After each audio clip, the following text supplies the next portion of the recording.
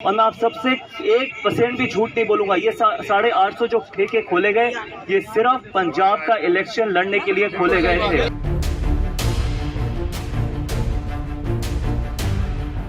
राजधानी दिल्ली में एक तरफ तो एमसीडी की तारीखों का ऐलान न होने को लेकर सियासी बवाल मचा हुआ है, तो वहीं दूसरी तरफ जनता को लुभाने के लिए विकास कार्य भी तेजी से किए जा रहे हैं।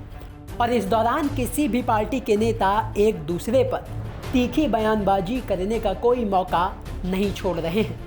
बता दें कि पूर्वी दिल्ली से बीजेपी के सांसद गौतम गंभीर मंडावली में डॉक्टर हेडगेवार पार्क में हो रहे विकास कार्यों का जायजा लेने पहुंचे थे और इस दौरान उन्होंने मीडिया से बात करते हुए दिल्ली के मुख्यमंत्री अरविंद केजरीवाल पर निशाना साधते हुए ये कह दिया कि दिल्ली में ठेके खोलकर उन पैसों से पंजाब में चुनाव लड़ा गया। सर, वो शराब के ठेके को लैंड पे लिया, शराब के ठेके खोले। आपने पंजाब की बात की है कि जो शराब के ठेके खोले जीत के लिए क्या कहना चाहेंगे, इस पर क्या बोलें? जो 850 ठेके खोले, वो सिर्फ 850 ठेके या फिर जो लिकर के लाइसेंस बेचे गए थे, जिनको दिए गए थे, उनसे पैसा इकट्ठा करके पंजाब का चुनाव लड़ा गया है और बाकी स्टेट्स का चुनाव लड़ा गया है। दिल्ली से कोई प्यार नहीं है।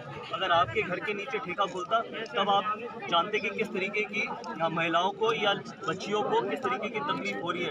आप सोचिए कि जिस रेजिडेंशियल एरियाज में या जिनके घर के आसपास ठेके खुले हैं, क्या इस तरीके की आप राजनीति करना चाहते हैं? पैसे ही कमाना है तो बहुत अलग तरीके, चुनाव ही लड़ना तो बहुत अलग तरीके। कम से कम दिल्ली के जमीन के साथ तो मत खेलिए। ये सब झूठ है कि 850 कि जी हम 850 ठेके खोल रहे हैं, हम जो माफिया है, लिकर माफिया, उसको खत्म करना चाहते हैं। सच्चाई सिर्फ ये है कि बाकी जो स्टेट में 5 स्टेट्स में चुनाव थे, वहाँ पर जो लड़ना था, उससे ये जो ठेके खोले, उससे जो पैसा, शराब से जो पैसा है, उसकी वजह से कोई महिलाओं की सेफ्टी, कोई बच्चियों की सेफ्टी, कोई किसी चीज़ की उन्होंने चिंता नहीं करी। इस तरीके के मुख्यमंत्री हैं दिल्ली। खैर, अब चुनाव का मौसम है तो बयानबाजी का दौर भी शुरू हो जाता है।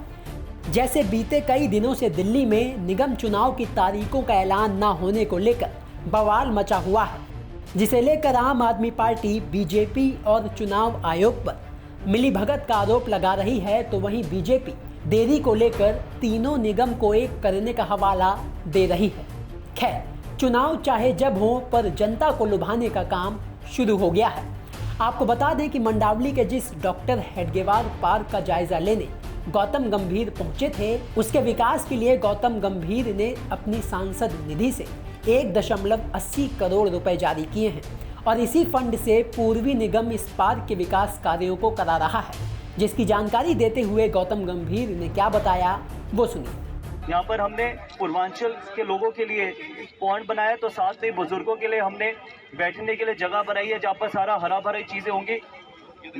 युवाओं के लिए हमने खेलने के लिए, चाहे वो बैडमिंटन कोर्ट हो, वॉलीबॉल कोर्ट हो, बास्केटबॉल कोर्ट हो, और ऐसे कोर्ट बनाए हैं जो वर्ल्ड स्टैंडर्ड्स के हैं, जहाँ पर सिंथेटिक तरीके से और रात को लाइट्स लगाई जाएंगी कि अब रात को 12, 1, 2 बजे तक खेल। खैर, इन सब बयानबाजी के बीच इंतजार इस बात का है कि जिस निगम के चुनाव के लिए इतनी रसाकशी हो रही है, आखिरकार उनकी तारीखों का ऐलान कब होगा।